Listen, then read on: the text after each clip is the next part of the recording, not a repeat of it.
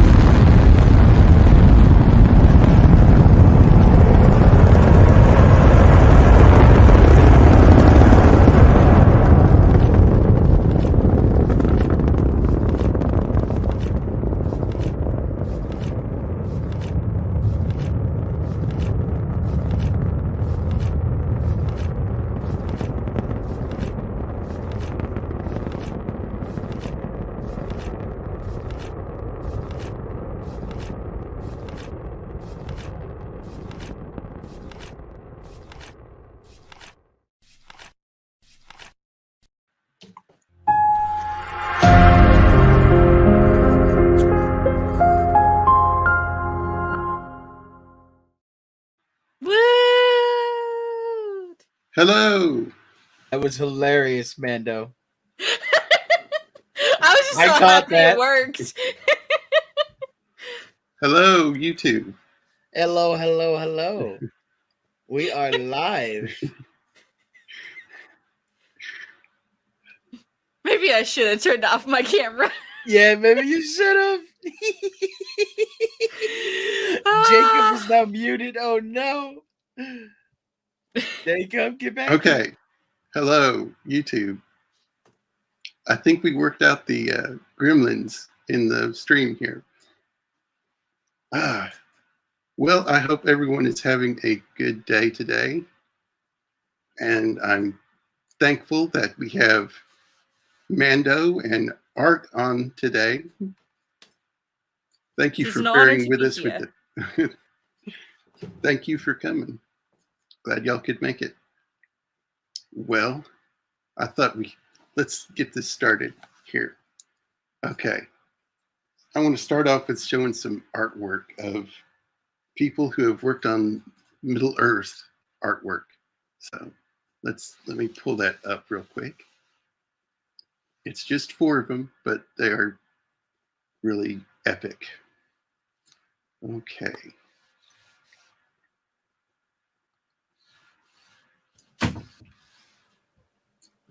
I was muted. I'm sorry. What I missed? Okay. You didn't everything. Miss much. I'm sorry. Everything. You missed everything. Oh, this is gonna be a fun stream. We got some art. We're gonna be talking Lord of the Rings. Oh, it's gonna be so much fun. It's amazing.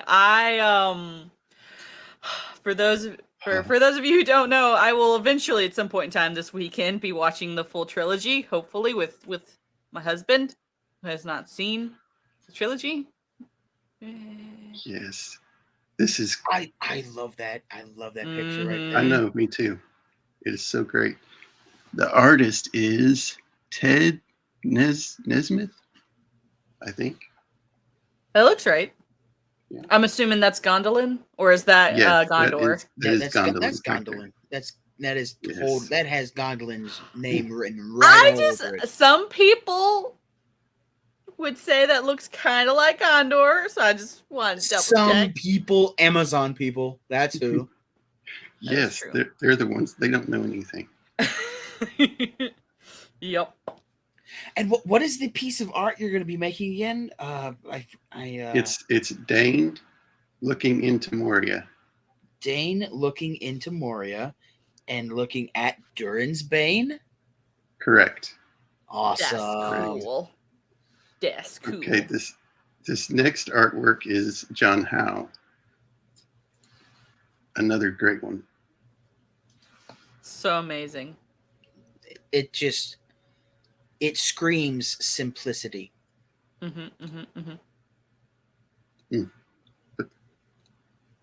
the colors and everything in it. Great. I love it. Okay. Go to the next one. The next one is I can't pronounce this name.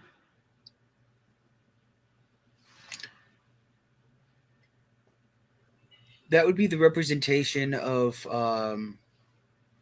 Frodo escaping from the ring wraiths, correct? Correct. Which is one of the only scenes I don't like in Peter Jackson's Lord of the Rings.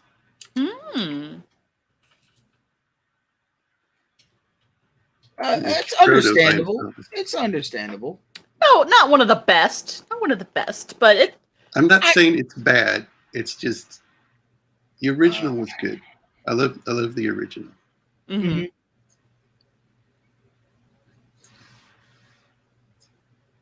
I see you have one more piece of art to show. Yes. Now that is Alan Lee. And that is Minas Tirith. Correct. The beautiful Minas. So epic. Gandalf riding on Shadowfax. Shadowfax. I was like, what is the name of the horse? Shadowfax. Yes. This is artwork from the movie. Yes, absolutely. If it was made by Alan Lee or John Howe, it's John Howe, correct? This one that we're looking at is Alan Lee. John Howe was the one the Gandalf one. Yes. If it's one of those two, then it is most likely art from the original trilogy. Yep. Man. That movie, the Lord of the Rings movies, Peter Jackson brought what we saw in our heads out. They're beautiful pieces of art. They like, even this artwork does not do the film's justice, because this is just high-res concept art, basically. Right. And when Alan Lee did capture the feel of the beauty of Gondor with how he depicted Minas Tirith. Yeah. But Peter Jackson just brought it to life. Yep.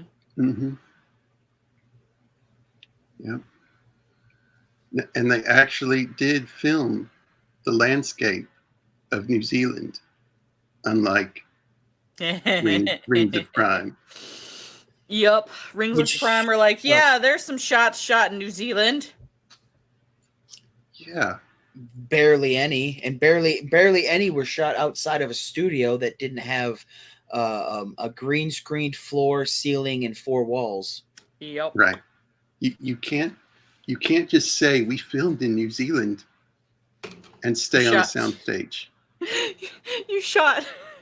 They probably shot like 2 scenes. They're like, okay, guys, we can put it on the thing that we shot in New Zealand. Cool. Good. We got the sticker. CGI the rest of it. Yep. Because I mean, they're technically not lying. They did shoot some shots in New Zealand. Yeah. But to have that as your backdrop and not use it, I mean, you're there. All you have to do is go outside. Yeah, It's crazy. It doesn't. I don't know why. Like, I guess they probably didn't want to shoot New Zealand for money purposes. I think that was the only thing I could think of. But they built studios. Like, there were studios already there. Like, huh? Yeah. It doesn't make any sense. At least to my understanding, like, it does not make sense. But I am but a simple toxic fan. Yeah. Same here. Okay, I'm going to pull up my artwork that's ready to be painted. I have it in Photoshop, so it's a digital painting. Ooh.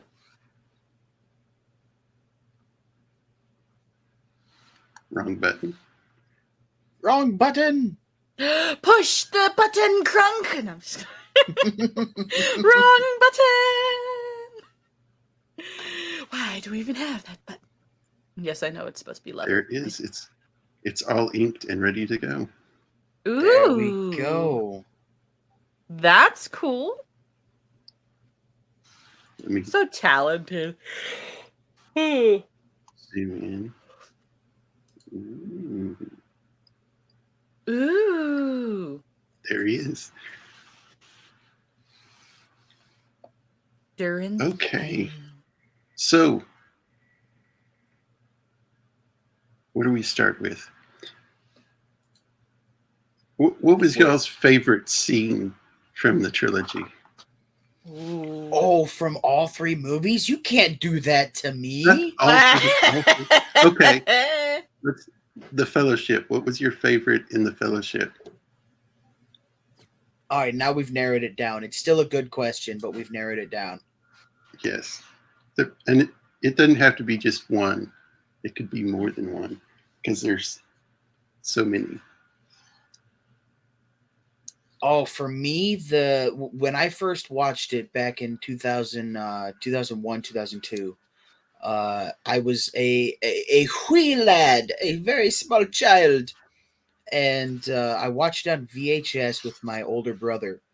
And the scene there's two scenes that stick with me to this day, and that is Gandalf's fight against Durin's Bane, and also when Gollum peeks through the makeshift ladder that he's climbing up, and you see his eyes.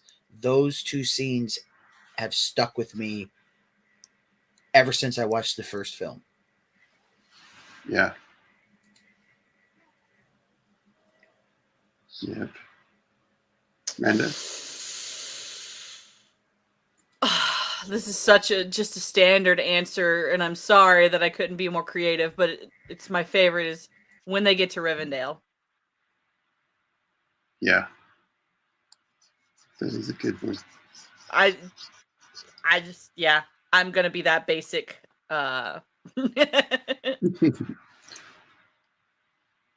when Frodo wakes up and I'm in Rivendell. What? No, that is a spectacular doing? scene because you see the last remnants of the elves. Really, you see them like every other elvish, every other elf that pertains to the Noldor. They're preparing to leave, and even Elrond is preparing to leave. He wants to go to the Grey Havens, and he wants to go to the Undying Lands as basically his birthright. And you see I want to say almost ethereal or angelic aura that is still with the elves, how regal they are. You see how they are a master of their craft and how they are completely in tune with their environment and where they live, and how they've even especially in the books, the way he described the lodgings of the elves, it is just beautiful. I'll be right back. Sorry. And it is it is something that I always love to read, because yes, the dwarves described in the books are awesome, but the elves, Tolkien paid so much attention to detail on the elves. Yeah. They're an important part of the story. I mean, there's not very many of them in the book Lord of the Rings, but they are a key part of the story. Mm-hmm. And you get to see the grandeur that the elves once had, and even Rivendell couldn't compare to Gondolin or to Nargothrond or any of the first or second age cities or strongholds that the elves created. Right. I do believe that you maybe could compare it to Doriath, but it in its own right, Rivendell is a beautiful monument to. I would go so far to even say the opulence of the elves and how they are the firstborn of Iluvatar. Mm-hmm. Yeah. That's not to say that they're better than men, because men were the ones coming after the elves, and so the world is meant for men. It is just the elves were here first, Mm-hmm. and they were given the opportunity to populate the world first. Well, I think if I remember correctly, the elves were supposed to prepare Middle Earth for the coming of men. Like they were supposed to kind of be that big sibling that's like, hey, come on, we'll teach you, we'll teach you all the things, help you figure things out. They were supposed to be the ones to help men, and unfortunately, the Valar took the elves away from Middle Earth, so the men didn't get any help when they needed it. But we also have to remember the timeline of when the Valar took the elves away, because Melkor, at the time he was known as Melkor, Mm-hmm. had already created orcs by the Mm-hmm. time the elves were taken from their home, and the Valar, the faithful, left to Valinor, and then you had the Sylvan elves and the Teleri and all those others that stayed. Right. Now that was the race of elves were born in Middle Earth, right? Yes. Then yes. traveled to. So this is the way Tolkien populated the world. The entire world started out as a disc in the earliest versions of the Tolkien Legendarium. It wasn't until the Sundering of Beleriand that it was broken and turned into a globe, similar to our Earth. Right. And so the way that Eru Iluvatar populated the world was the elves and men were created by Eru. They were put to sleep. The elves woke up first before men. They're the firstborn, men are the secondborn. They were created at the same time, but they were put to sleep. It is very, very similar to what Eru did to the dwarves, because Aule created the dwarves. Aule created the dwarves. They had no soul. They had no fire of Iluvatar. And so Eru immediately knew that Aule created the dwarves, and he came looking, and he found the bowels of the earth that Aule used to as his shop, where he created the dwarves. And he said, "What you doing, bud? Why'd you make these dwarves? Like, you're not supposed to create something. I didn't give you permission." And Aule was going to destroy the dwarves, but instead of having a creation be destroyed, he put them to sleep. The same way he put the dwarves to sleep, he put the elves and men to sleep. So Mando had it right. The elves were supposed to prepare the way and prepare Arda for men. Right. And you see that all throughout history, the way the elves interact with men. Now, yes, sometimes the elves, they act superior to men. Sometimes they become very moody at times. They long to return to Valinor. They ones who want, had been there. yes, the Noldor and the faithful, the ones in exile that were pardoned, forgiven, and were allowed to come back if they so chose.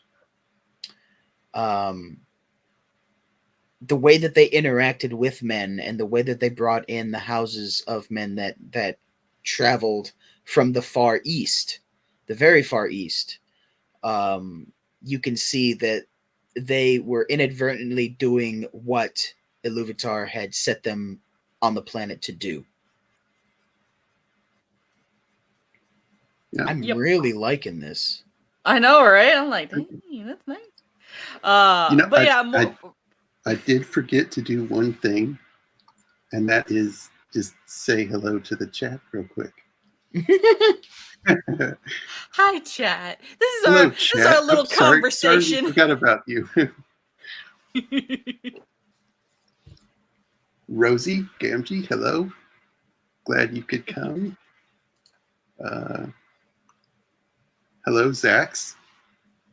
Glad you're here. Who else we got? Blah de blah. Hello.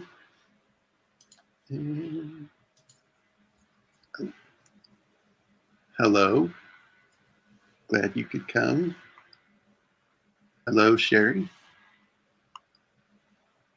Teresa, hello. And that looks like it's it. Glad y'all could make it. Yes, welcome. Welcome, welcome. Very happy to have all of you here. Yeah, me too. Jacob's very first live stream. Yes.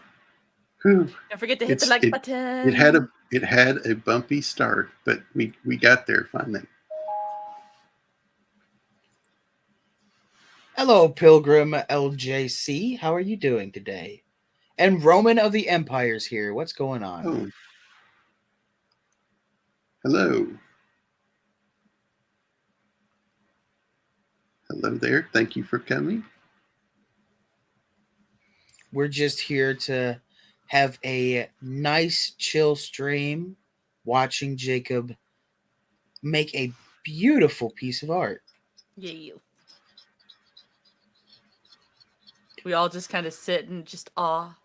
Mm-hmm. Yeah, Absolutely. This is kind of cool. I've been watching a lot of how to paint minifigures, and it's pretty much the same way that you paint minifigures. Just lay down the base colors first, and then do some shadings, and then you can just blend it all together. It's one way to do it. It's not the only way, but it's a way to do it. It is a very smart way to do it. Yeah, like I guess we can kind of go into. Oh, we never finished like our favorite scenes from the other movies. Yes, that is true. Okay. We totally just pulled an FNT. We didn't even get through introductions. Oh my word! We went off talking. I didn't even say what mine was. So, right? Yeah. What's your favorite? Well, we decided to narrow it down, right, to the 3 different movies, right? I love the whole chase of the ring wraith. Yeah. All the way to Weathertop. That was such a good part of the story. I loved it. Absolutely. And the book. Oh my goodness, the book. The books. Whew, it's chilling when you read it. It's crazy. It's good. It's so good. Now, what about the 2 towers? The 2 towers. What's your favorite scene? That's a rough. Would you like me to go first? Yeah, you go first, man. Or Ark. All right. So I've got 2. The first one is going to be extremely basic, extremely normie. It was my favorite scene for the longest time when I watched it the very first time. When it was released on, because I watched every single one on VHS, just like I'm sure many people did back then in 2001 to 2003. My favorite scene was when Legolas is fighting at the Battle of Helm's Deep and he surfs on the shield and then impales the Uruk-hai. Yeah. I know it is completely fictional. I know it probably is against physics, but it was amazing. So good. Now, my other favorite scene that popped up was when it is also at the Battle of Helm's Deep. Also, shout out to when Aragorn tossed Gimli. Shout out to that. That's a fantastic, funny scene. Don't tell the elf. Don't tell the elf. Don't tell the elf.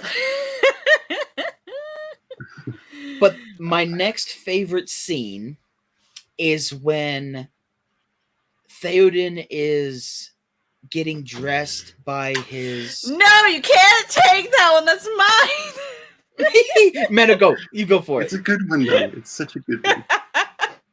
Take over, Mando. When Theoden is making his speech and he's just like, it's like there's no hope, and Aragorn's like, we're going anyway, and he's like,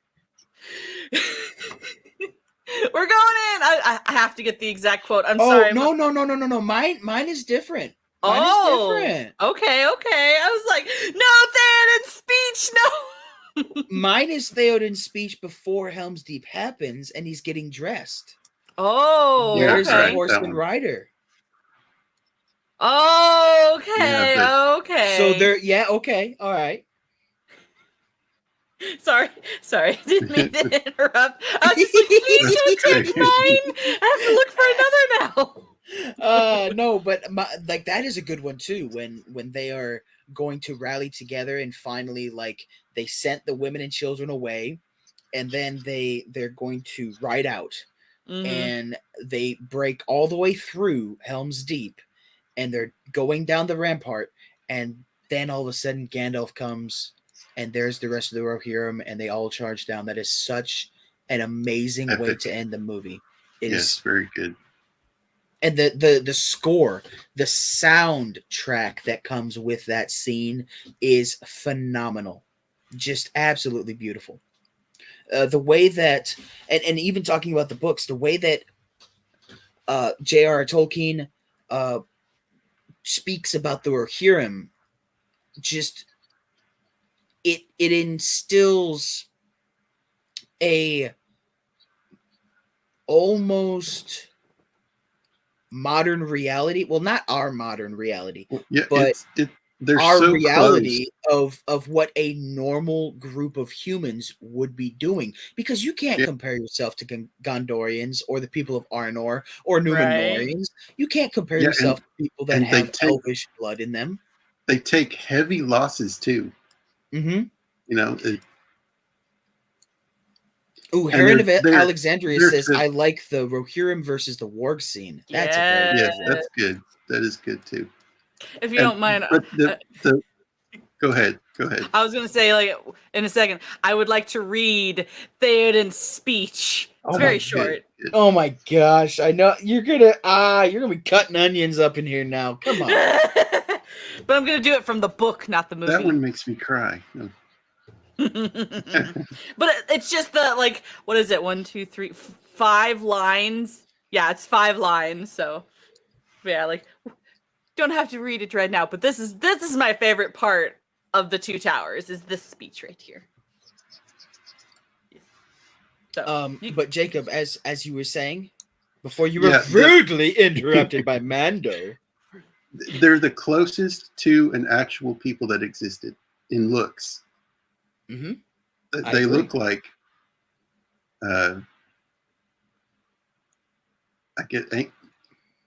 not Saxons, because the Saxons got rid of English folklore, right? Well, in a way, that's what they look like. They look like those peoples, the people of the British Isles and Vikings, and so they're they're more familiar than other groups in Middle Earth.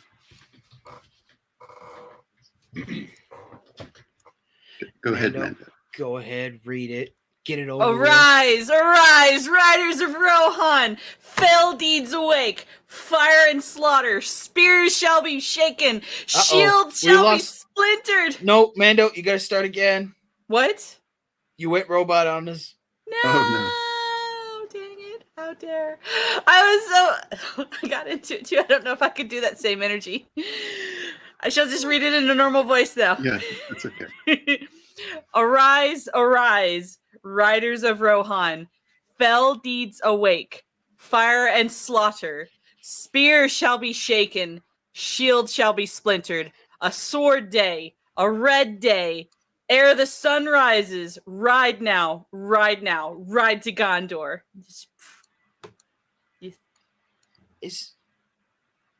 And then, and then the roar of horse hooves on the ground. Yes. Sorry, Mando, I might be getting everything mixed up. But was that from the Return of the King? Return of the King. Was it? Yes. Yes. No, it said the Two Towers. Hold on. I believe you are correct. That is in the Two Towers. And Peter Jackson. Did Peter Jackson? He switched it. I remember now. Dang it. It's been so long. And that's the thing. When you talk about Peter Jackson's films, you can only talk about Peter Jackson's films. When you talk about the books, you can talk about, because Shelob is in The Return of the King, but takes place in the books in the Two Towers. Yes. Right. Sorry, I get confused. I am so confused today because I've got Rings of Power stuck in my head. No, don't speak it. I've got The Hobbit stuck in my head. I've got The Lord of the Rings. I've got The Silmarillion. I've got The Unfinished Tales. I have so much Tolkien lore bouncing around in my head. It's like, who said what, when, where, how, and why? So, yeah. No, but you are correct. That is in the Two Towers. So, dang it. My favorite scene from the Two Towers is the chase. Mm-hmm. Aragorn, Legolas, and Gimli when they're chasing the orcs. That was my favorite.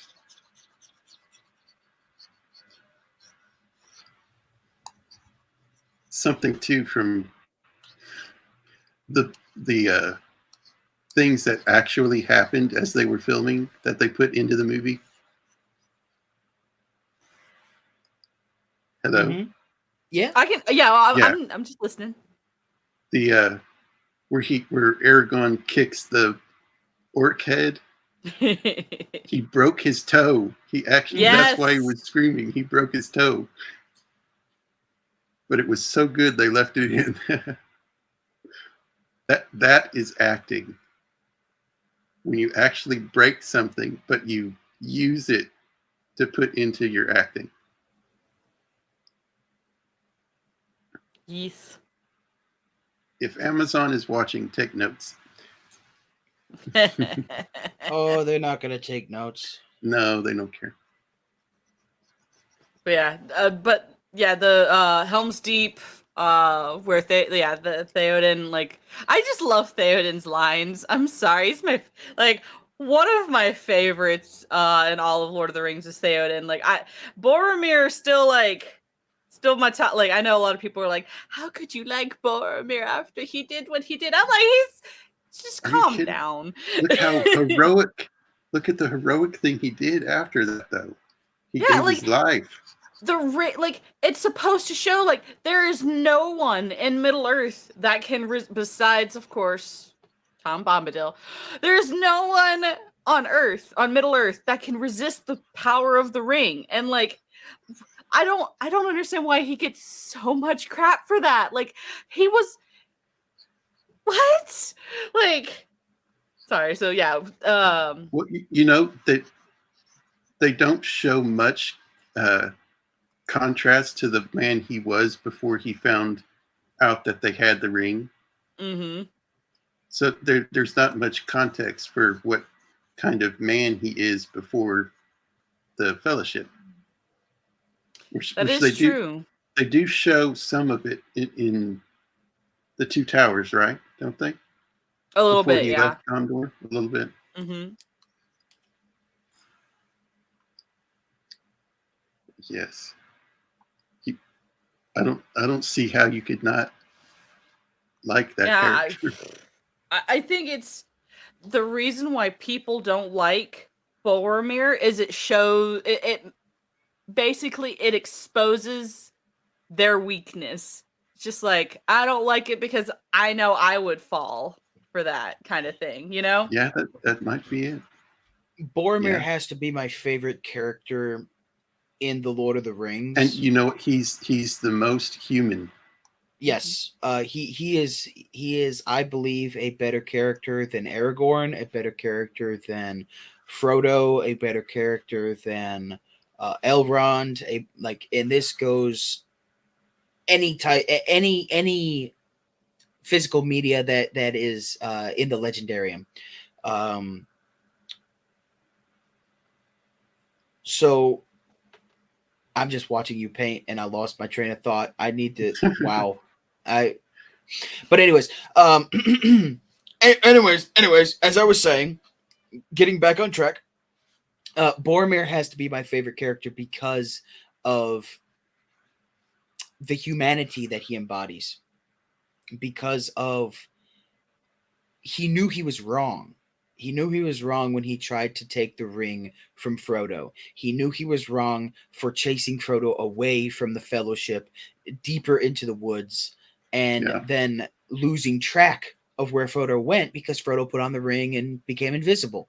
Mm. He was very contrite. Even after he tried to take the ring from Frodo, almost immediately after, he was able to snap out of the snare that the ring was trying to put him under.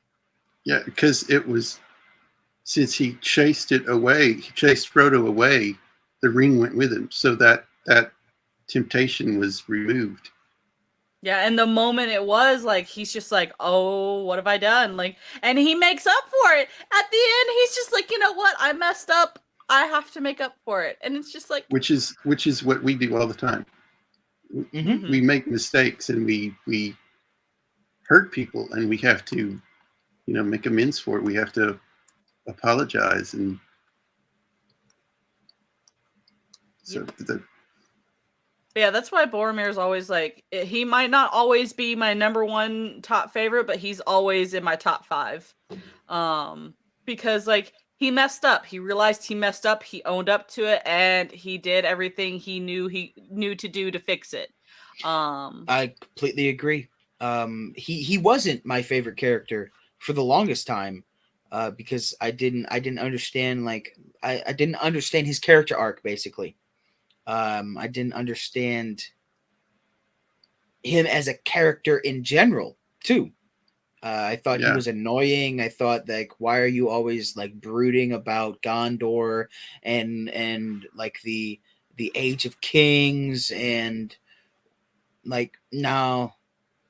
And then in the movie, when I watched the movie, that also trickled over, like, my feelings from the movie trickled over to the book when I read the book for the first time. And now Sean Bean's portrayal of Boromir, now that I've gone back so many times and rewatched it, and now I fully understand Boromir's character from the books, Sean Bean's portrayal of Boromir is one of the best portrayals of a fantasy character brought to screen that I've ever seen. Yeah. Mm-hmm. And too, that scene of him fighting, we don't get to see that in the book. That's left to our imagination, and it was Peter Jackson captured it perfectly. You have to capture it.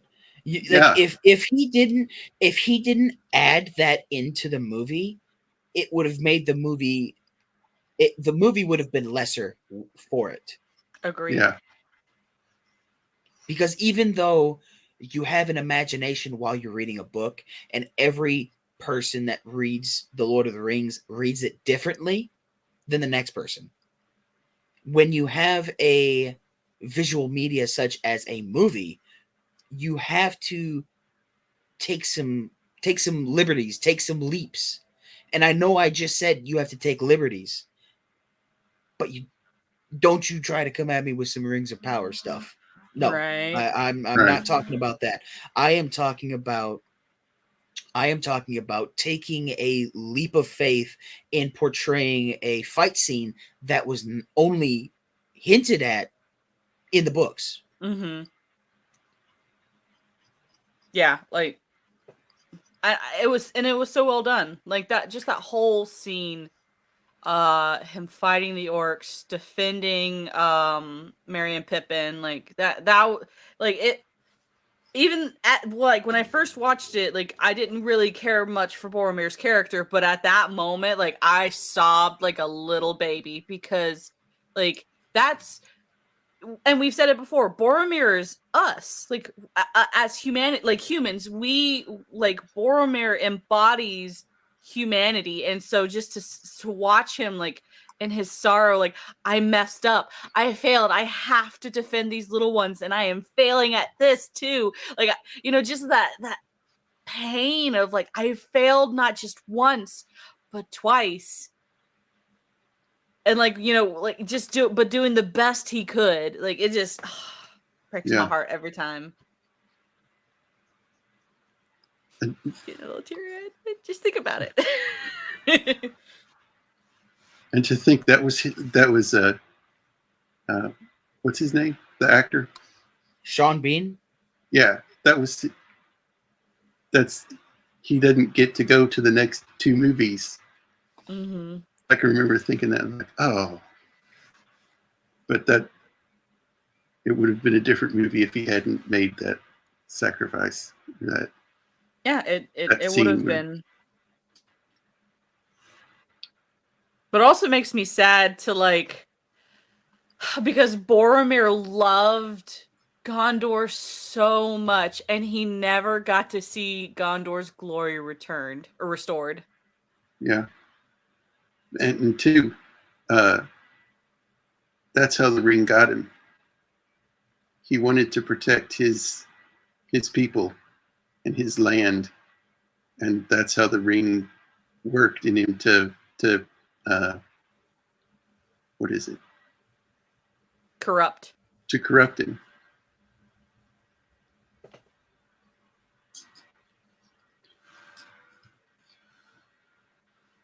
Roman does make a good point. All of his movies that he's in, he dies. Not just movies, TV shows too. Good grief. Only reason why I watched Game of Thrones season 1 was because of Sean Bean. And then I find out, because I didn't read the books before I watched season 1, find out he just gets his head chopped off afterwards. Just chap.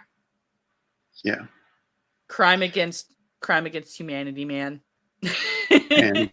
and what's the Patriot Games? Mm-hmm. Poor guy. That's funny though. Oh man. Okay, so we've done Two Towers. Now we have to go to Return of the King. And y'all now know what my favorite part of Return of the King is, so I don't need to say anything, cause yeah. So my favorite scene from Return of the King is when Aragorn, this is from the movies, from when Aragorn challenges Sauron. That's epic. When he picks up the Palantir. The Palantir? Palantir, yeah. Mm-hmm. That He's just good. Like, I got your number, boy. Yeah, remember this sword? Yep, it's been reforged. Yep. I got you. I got you. One of mine is the Sam against Shelob. Ooh. Did I pronounce that name properly? Shelob. Shelob, yeah. Tomato. All of the Tolkien experts are gonna just, flood your comments and be like, "How dare you!" Unsubscribe. No. You should subscribe because you'll see amazing artwork. You will, yes. Right. It's amazing. Glorious. Like, it's mesmerizing. It's mesmerized all of us. Any other scenes from that movie? I'm gonna be a girl. I'm gonna be a girl for a second. I love when Aragorn and Arwen get back together. It's just so amazing and lovely. I love Elrond. Like, Elrond's face. It's just like, good job. The hardest scene to watch is the Greyhaven scene. Changed my mind. Yeah, no, I ain't changing your mind. That's a hard scene. I cried. I will freely admit I cried. Everything that the Fellowship had been through, after everything that those hobbits had been through, they'd known each other their entire lives, and now they're saying goodbye to Frodo and to Bilbo. And then later on, Sam. They say goodbye to Sam. Well, no, I believe Sam. Well, now I got to look up the appendices, but I believe Sam leaves first, and then Merry and Pippin pass away around the same time. Yeah, really? They do. I thought after Sam left, Merry and Pippin went on an adventure. No, they go. Merry is a. I'm going to the appendices. Which one was Steward of Gondor would have been Pippin. Okay, so he goes back. He is buried next to Aragorn. Right. Mm-hmm. Yes, Roman. I also love the Death of the Witch King. Yes, that was good. That's the best. That's one of the great ones. I am no man. Ah! Killed by a halfling and a woman. Yup. But yeah, I know for sure one of them was buried next to Aragorn. And I think Merry was buried in Rohan. I think. That sounds right.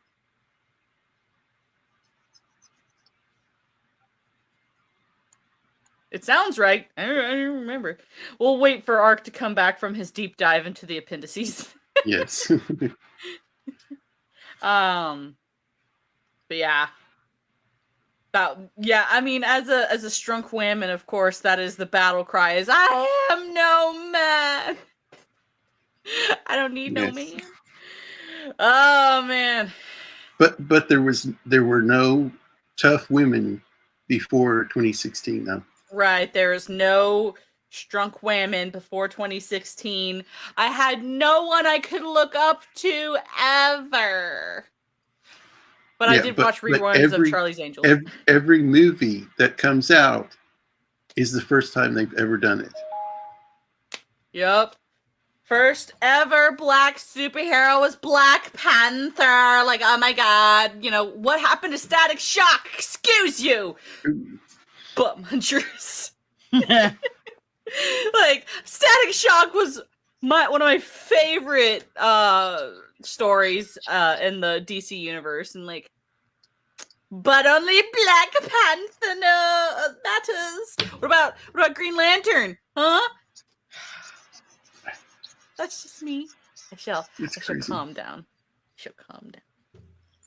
Because this is about Tolkien and Lord of the Rings. Yes. Well, I do really, really like. Granted, we know that All Too Familiar Company copied the Balrogs, of course, but I do love the when we get to see Durin's Bane. I really love the design that they did for the Balrog. Like, holy cow, that was amazing.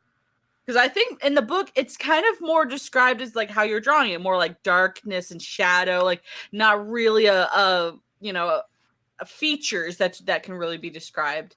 Yeah. Now, we have to remember that at this point, yes, when Tolkien is describing Durin's Bane, yes, Durin's Bane looks the way Tolkien describes. But as a Maiar, it could take on any form that it wanted. Yep. Yeah. So that means when it was serving Melkor, it could have been any form that it wanted. Including a cat. Including a cat. Including a cat. A large cat. Mm-hmm. It specifically says large cat. It does. Meow. Imagine if they had adapted that. Like, that would have been awesome. Like, an army of kitties. I don't think it would have been taken as seriously, though. Ah, phooey. It would have become a cult classic like Ralph Bakshi's. Yeah. Which I have actually never seen that cult classic. I've never seen Ralph Bakshi's Lord of the Rings. I probably never will, but I did say on stream one time that I should review it because it is like George the Giant Slayer talks about it all the time. Mm-hmm. And then also it's what inspired Peter Jackson to read Tolkien. And then apparently Ralph Bakshi's Lord of the Rings has heavily influenced the way Peter Jackson made the trilogy. That makes sense. So I'll probably watch it. But as of right now, the animation style, I don't like it. But I mean, I like the original style. Is it the one that they filmed real people and then painted over? Yes, I believe so. It's to me, it's off-putting. Yes, very much so. And some of the dialogue doesn't match up with the movement of the lips. I've noticed. But there were other animation studios that filmed things like that. Like bringing up images right now of it and stuff. Like there were other animation studios that did stuff like that. I think the Black Cauldron was a very similar animation style to the way that they did the Ralph Bakshi's version of the Lord of the Rings. Mm-hmm. Because like it very much reminds me of the Black Cauldron and kind of that aesthetic. Yeah. But also Gandalf didn't scare me as much in this one. Really? Here we go. I like the look of the Gandalf from the Hobbit cartoon. It scared. Like when I first watched it, it scared me. Y'all ready for some appendices lore? Ready and waiting. Yes. So in the year 3021, which is SR 1412, the last of the Third Age, March 13th, Frodo is again ill. The 25th of March, birth of Eleanor the Fair, daughter of Samwise. On this day, the Fourth Age began in the reckoning of Gondor. September 21st, Frodo and Samwise set out from Hobbiton. The 22nd, they meet the last riding of the Keepers of the Rings in Woody End.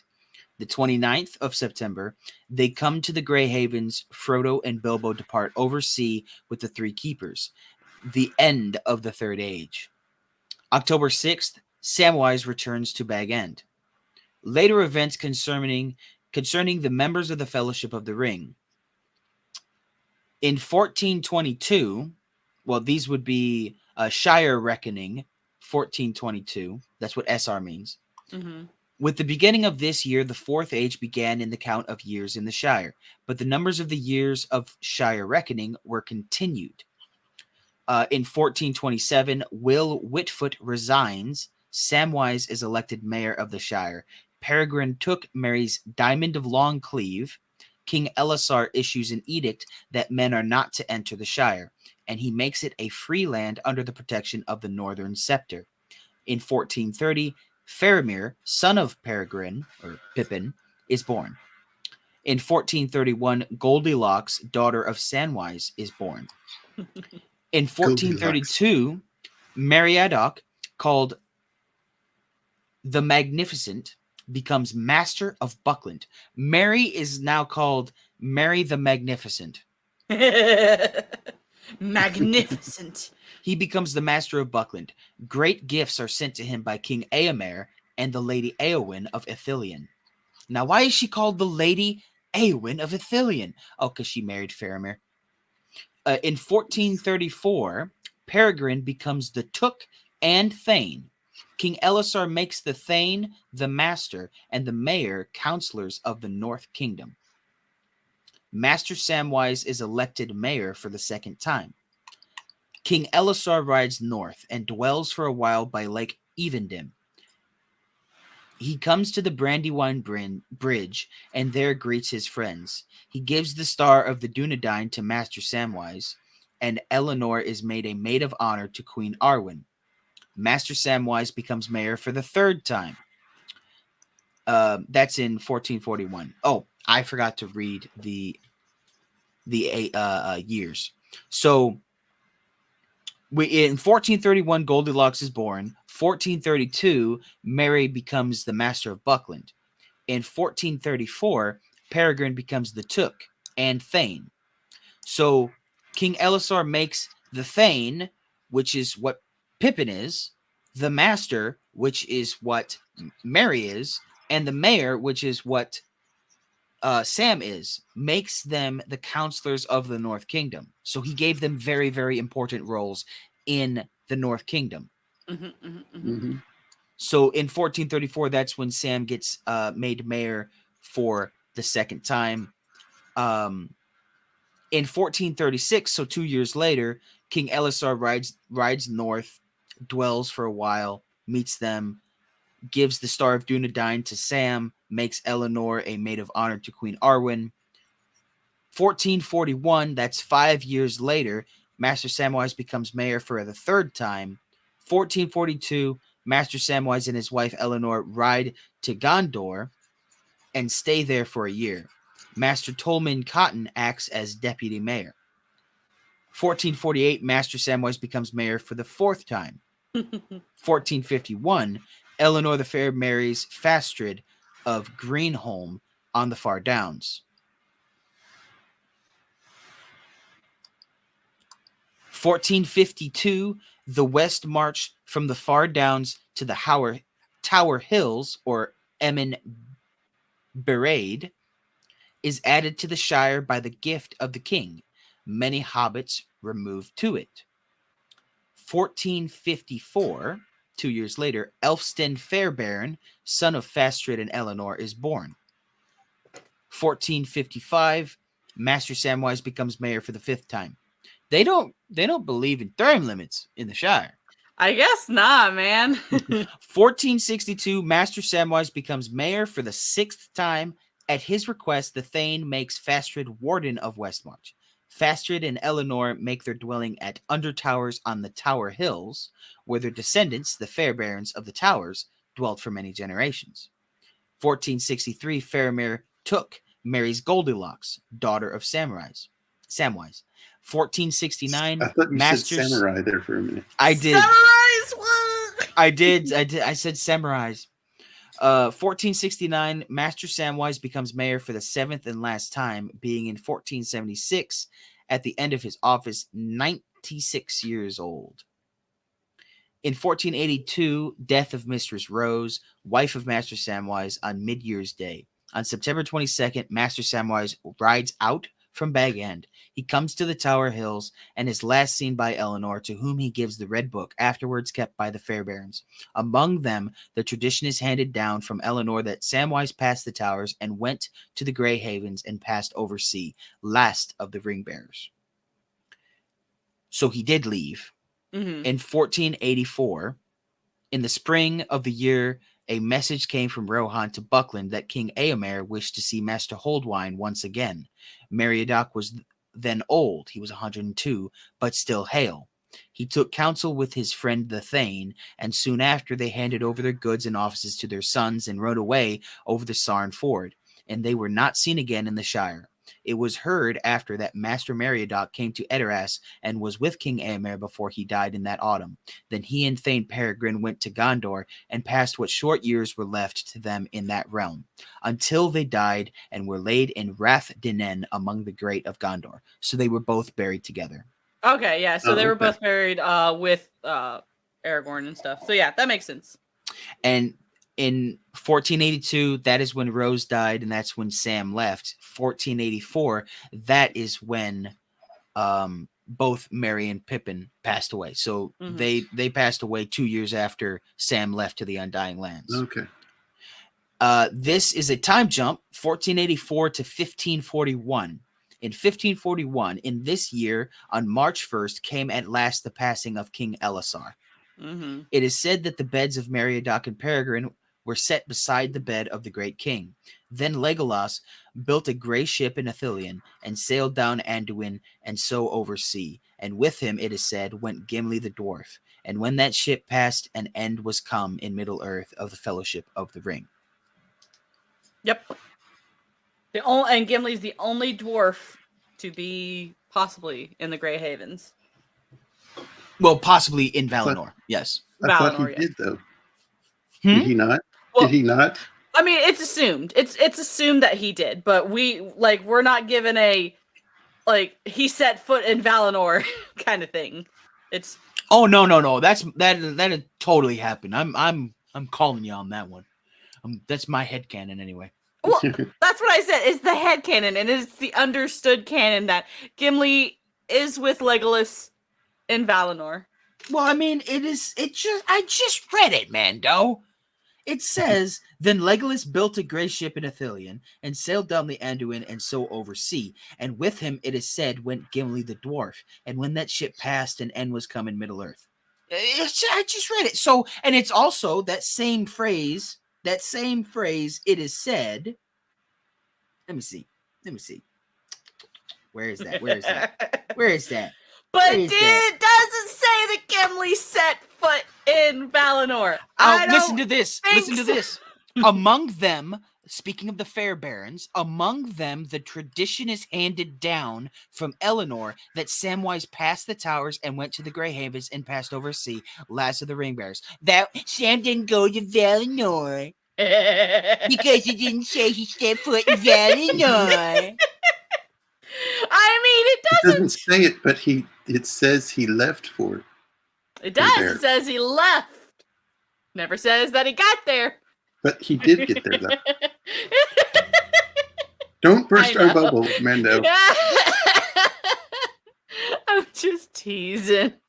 See, this is what actual fans in the do. Year 3029, on September 29th, Frodo and Bilbo came to the Grey Havens. Frodo and Bilbo depart over sea with the three keepers, the end of the Third Age. It doesn't say they stepped foot in Valinor. It doesn't. My statement still stands. Yes, Roman. It is a nerd fight. This is a proper nerd fight. This is what this whole craziness with the other Amazon people and stuff. Like, no, that's not a proper nerd fight. This is a proper nerd fight. We're fighting about the actual canon of the story. Hey, this is what the Inklings did. Okay. Yes, it is. It is. I bet you C.S. Lewis would have been. Hold on, let me bring out the pipe. C.S. Lewis would have. So did they make it to the Grave Haven, or did they make it to Valinor? Because it doesn't say that in your story. John, you need to put this in the story. You know what? Get this C.S. Lewis heretic out of here. Only Tolkien scholars are in the stream. Heresy. But C.S. Lewis would have also been a Tolkien scholar. He knew more about Tolkien than in the Tolkien scholars. That is true. He probably would have had the direct line straight to John and would have been like, hey, so what's going on here? What's going on here with this one right here? Like C.S. Lewis had some definite influences on Tolkien's writing of the Lord of the Rings and the Hobbit and like all of that. Like he had it. Like he was that person that would go up to John and be like, So John, why haven't you finished? Why isn't this published? And it's like, well, I gotta fix this, and this is like, just publish the thing. Go. That's right. Think about how long he worked on Lord of the Rings. Just that one. Oh, it went from 1936-37, and it took 14 years. Is my math correct? I think that sounds right. Yeah. It took 14 years, but he did it right. He had the entire manuscript already done for the trilogy because they requested that it be a trilogy. Right, but here's the thing: like he still didn't if I'm remembering my C.S. Lewis autobiography or biography that I read, like it was the Inklings that read it and they were like, okay, it's done, publish it, and John's like, but I could change some stuff, I could fix some stuff, and they're like, no, my God. Then the entire time that he was doing that, work writing, is never done. Yeah. The entire time that he was writing that book and coming up with everything, creating everything, he was a professor at Oxford. He wasn't working on the Oxford Dictionary anymore because that was already completed, but he was still a professor at Oxford. Mm-hmm. And he was still active in his family's life. He was still a doting father. He was still a loving husband. And then all of a sudden in the 40s, what happens to Britain? World War II happens. So he's worried about his sons that go over to fight, specifically Christopher Tolkien. He has a correspondence with Christopher Tolkien the entire time that Chris is over fighting. I believe in North Africa is where Chris fought, or Italy, I think. I'm a little rusty on that bit of history there. But Christopher did fight in the war.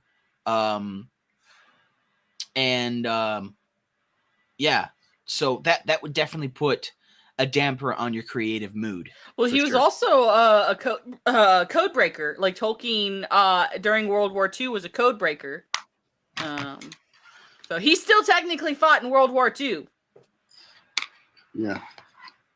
I'll fight anybody on there. People be like, "Oh, he didn't take part in World War II." Ah, shove it. My opinion on that is you are correct, because even a truck driver today fights in war. There's no difference between a truck driver and an infantryman, in my opinion, because without that truck driver, you're not going to get the infantry there. No. You're not going to get them equipment. You're not going to get them food. You're not going to get them ammunition. Medical equipment. So, medical equipment. Mm-hmm. Like some people also... Speaking of the Oxford English Dictionary, my mom sent me this quote. A draft of the fellowship was rejected by Tolkien's editor, who cited the reason being that the plural for dwarf was dwarves, not dwarves, according to the Oxford English Dictionary. Dwarves was not the word that existed. Tolkien responded very accurately, I wrote the Oxford English Dictionary. Don't correct me. Yep. That is a quote. He's that like, is so good. what? To quote Aslan, don't you quote the magic to me, witch. I was there when it was written. Yes. I wonder if he actually got that inspiration from Tolkien. Oh, man. See, people don't understand how much of a gangster Tolkien and Lewis and all them were. Yes. That's awesome. Like, don't you quote that to me. I was there when it was written. I wrote it. And he wrote it when he was only in his early 20s. He was an editor. He was editing the Oxford Dictionary in his early 20s. And that was after he had already fought in World War I. Mm-hmm. Yeah. And this, sorry to bring it up, but this is the man whose works Amazon is trying to mess with. Yep, they're writing the story that Tolkien never wrote because it wasn't supposed to be written, dum-dums. Sorry, had to be said. If he didn't write it, it wasn't supposed to be Nope. written. We have plenty of material they could have gotten from, and it would have been canon, and the fans would have loved it, and anyone who would have complained about it would have just had a sock in their mouth for a little bit. Like, they could have freaking made Sauron a cat, and that would have been canon. Yeah.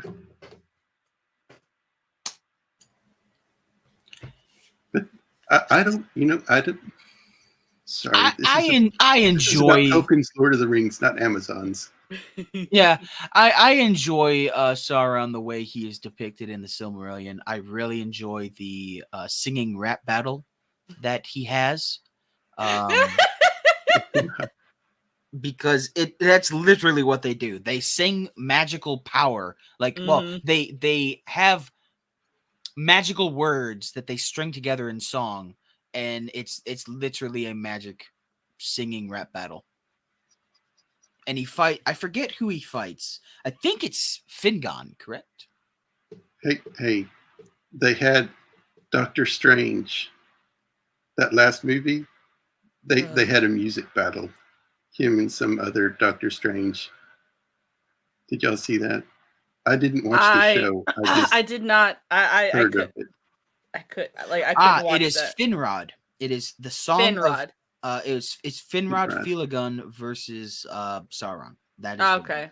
I was like, that sounded right, but I couldn't remember. There are so many elves that start with the letter F. It's ridiculous. Especially if their name starts with an F, you can just about guarantee they are from the Noldor. Yes. There is so much music that Tolkien wrote, even one about baths. Mm-hmm. He wrote a song about taking baths. See, hobbits were not dirty, okay? Hobbits know how to take baths. Right. The stupid zoom in of the feet. Like, kick. Why are we zooming into their feet? I don't want to see their feeties. No, I don't want to see their toe jelly, okay? That's right. It's ridiculous. Or a ill cow. Did y'all hear about that one? Oh, I saw it. Oh, yeah. Yeah, I saw it. I saw the ill cow. Why? Why? It was a representation of the contamination that is spreading across the land because Sauron is gaining power. That is their justification. Like that's the only way they could have shown that. Mm-hmm. It was a very gross and disturbing way to put it. Now, some people may like it. Why not show like some forest that's just dead, dying forest? They could have shown that. The next scene that pertains to that storyline is just, and that's in the first episode, is just a burnt buildings and broken buildings. Like the entire village is just completely destroyed. And it is not good. Speaking of the Rings of Power, I have enjoyed myself so much, Jacob, on this podcast. This is on this wonderful, wonderful art stream. I do have to jet. I have to get my review recorded and then published. All right. So time is of the essence, and I still have episode 2 to write. I have to write the script for that, or my notes at least. And I must get that done. But I thank you so much for having me on. Thank you for coming on. I really glad you were able to come on. Anytime. Just shoot me a DM on Twitter, as you normally do, and we'll try to work something out. I hope that your art goes well and that you don't have to think about the Rings of Power as much as I do right now. Okay. I'm not far behind you. Art. Goodbye. Goodbye. It reminds me of what I have to do. Oh, yes. I am also. You have a chatter. Daniel says hi, Jacob. Yes, I just noticed that. Thank you.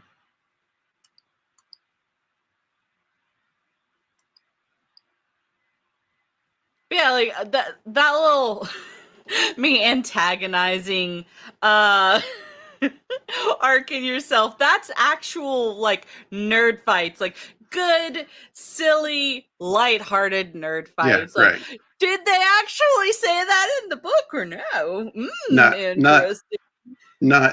I'm going to dox you because you don't agree with me.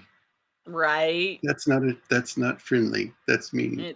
It's not. And also like we're doing it because we love what Tolkien wrote. We're doing it because like we want to flesh out his story in our own like lives and stuff and just in our own minds. So like there's a difference between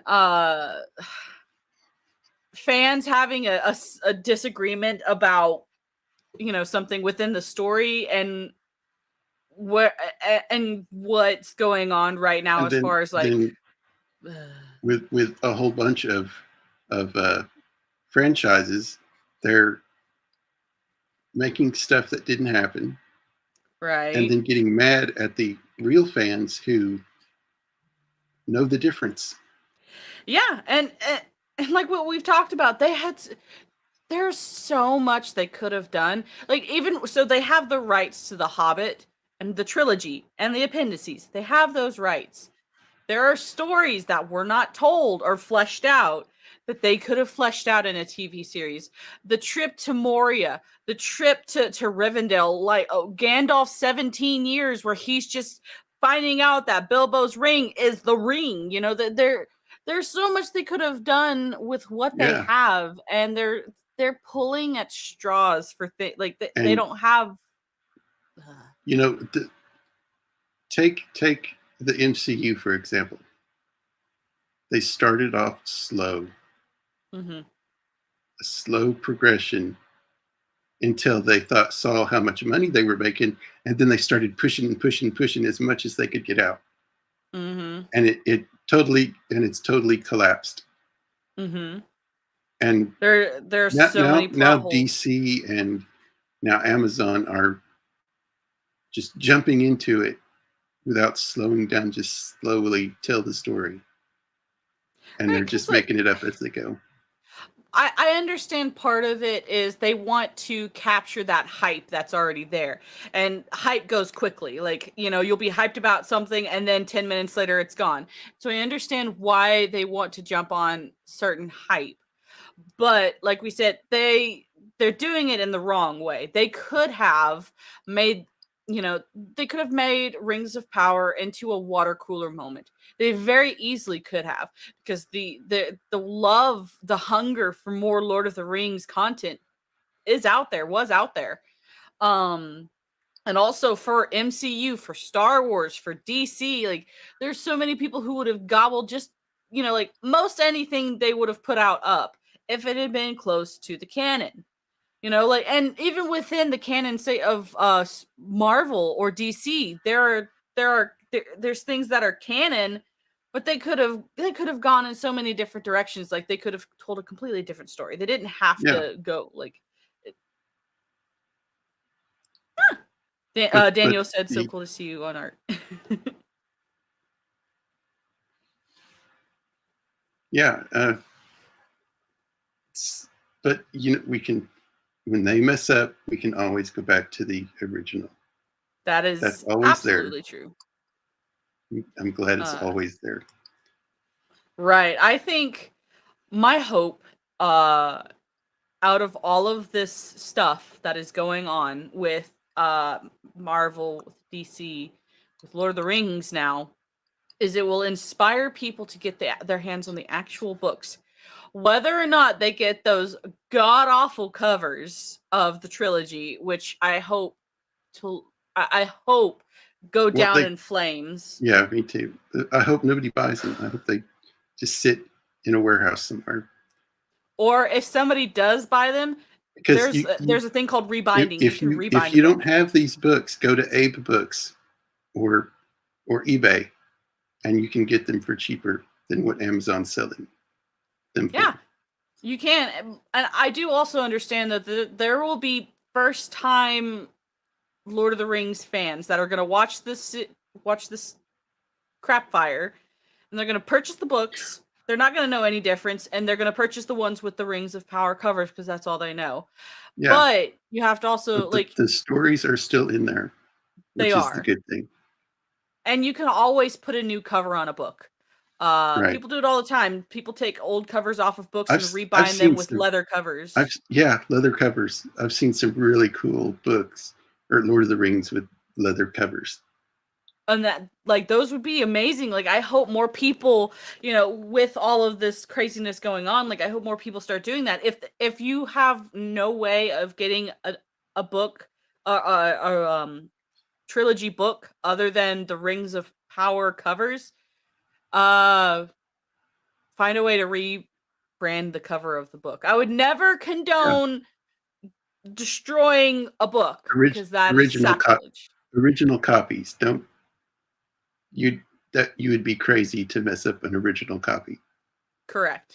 We're talking about if they have Rings of Power covers on them, you can put a new cover on them.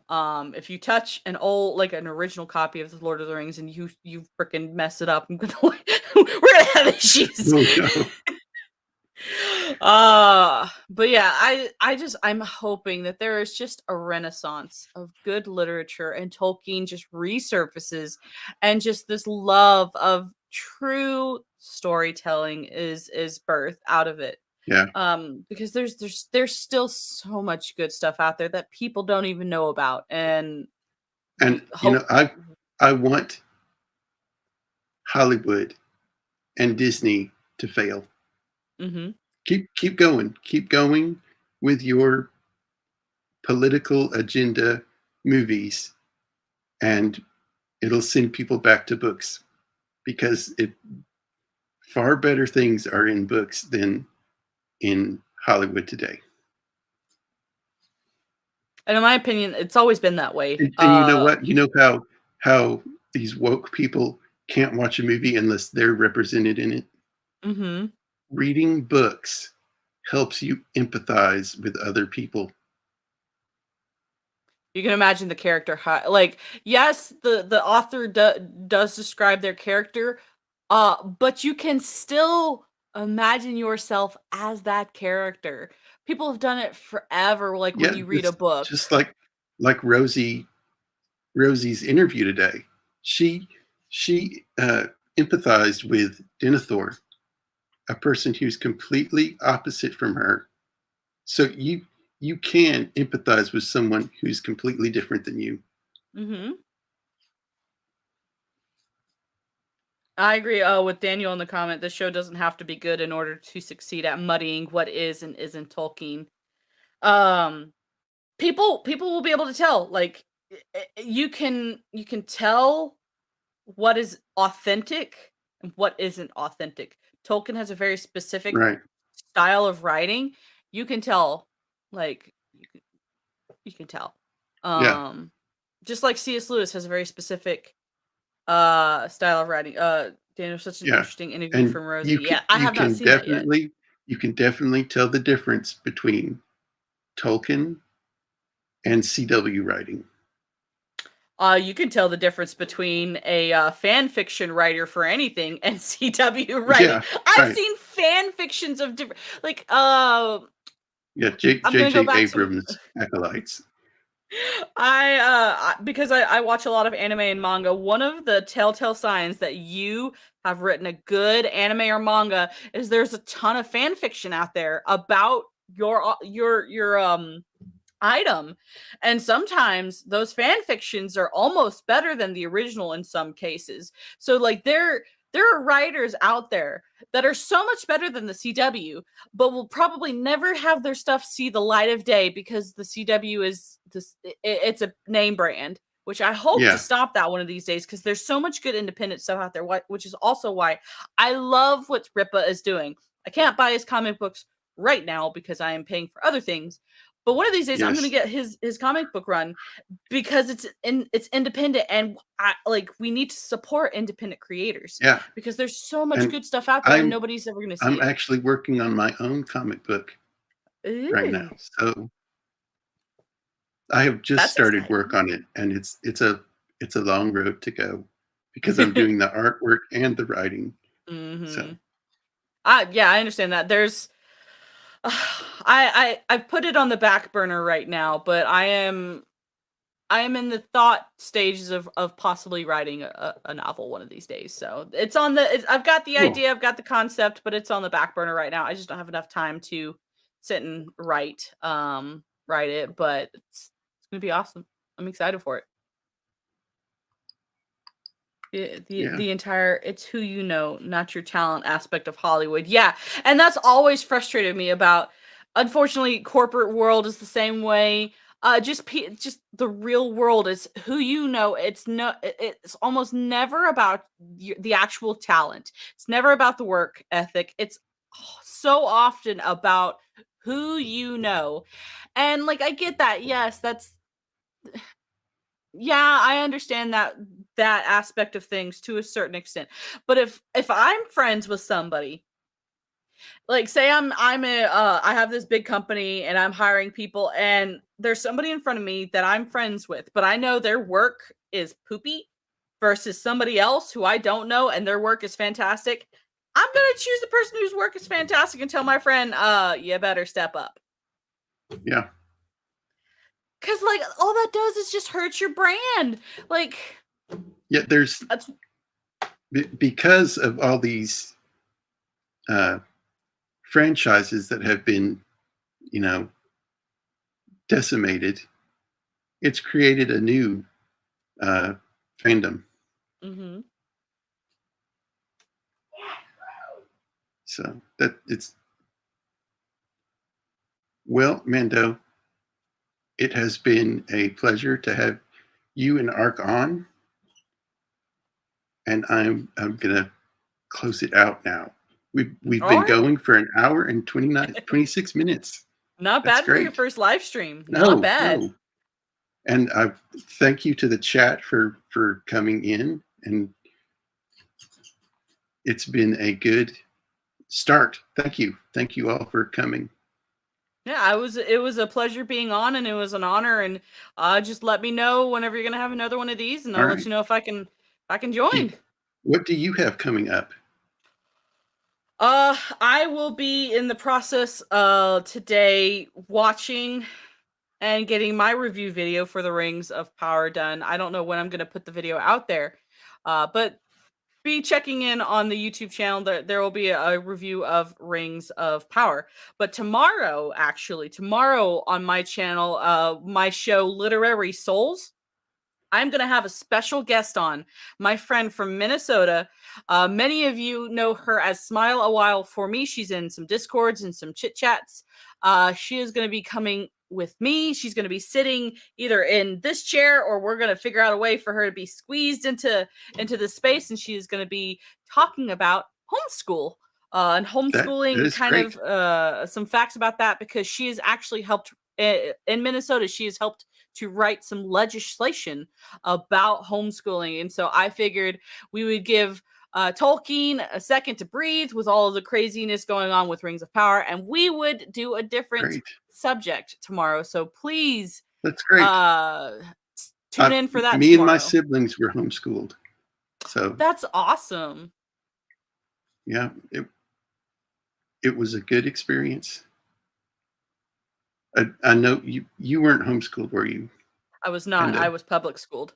I wish sometimes I wish I was homeschooled, but I know what would have happened if I had been homeschooled. I would have been one of those weirdos that never actually got an education. Hey, as a homeschooler, you wear that with a badge of honor. But you do have to admit there are some weird ones out there. warning, uneducated, what is it? It's a T-shirt I've seen. Warning, unsocialized homeschooler. Yes, there are those out there, but I'm hoping that bringing my friend onto my channel will help kind of break, like, I want it to be where it breaks some stereotypes about homeschooling, what it looks like, and kind of the ins and outs of it. And so that's what she's going to do tomorrow. It's going to be very interview style, but she's also going to talk about Tolkien and what the Lord of the Rings trilogy and what Tolkien means to her. So we will dabble that in there, but that will not be the main topic of tomorrow's conversation, which I am so excited for. I'm so excited to see my friend, because I haven't seen my friend in years. So I will be there. I will be in the chat. yeah, that's the big thing that's coming up. Mostly I stream on Twitch most of the time. The Untamable Life is my username. So yeah, just kind of floating around right now. Well, that sounds great. Well, I will get my exit going, and goodbye to the chat, and I will do better next time with the chat. I was busy. I was busy It painting. happens. You will get the hang of it. And that artwork, when I'm done with it, I'll post it on Twitter. So keep an eye out for that. And y'all take care. Have a good weekend.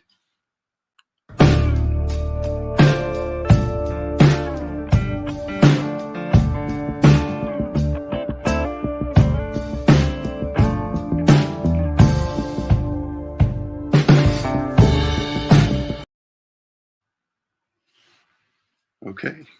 You That was need it. to click the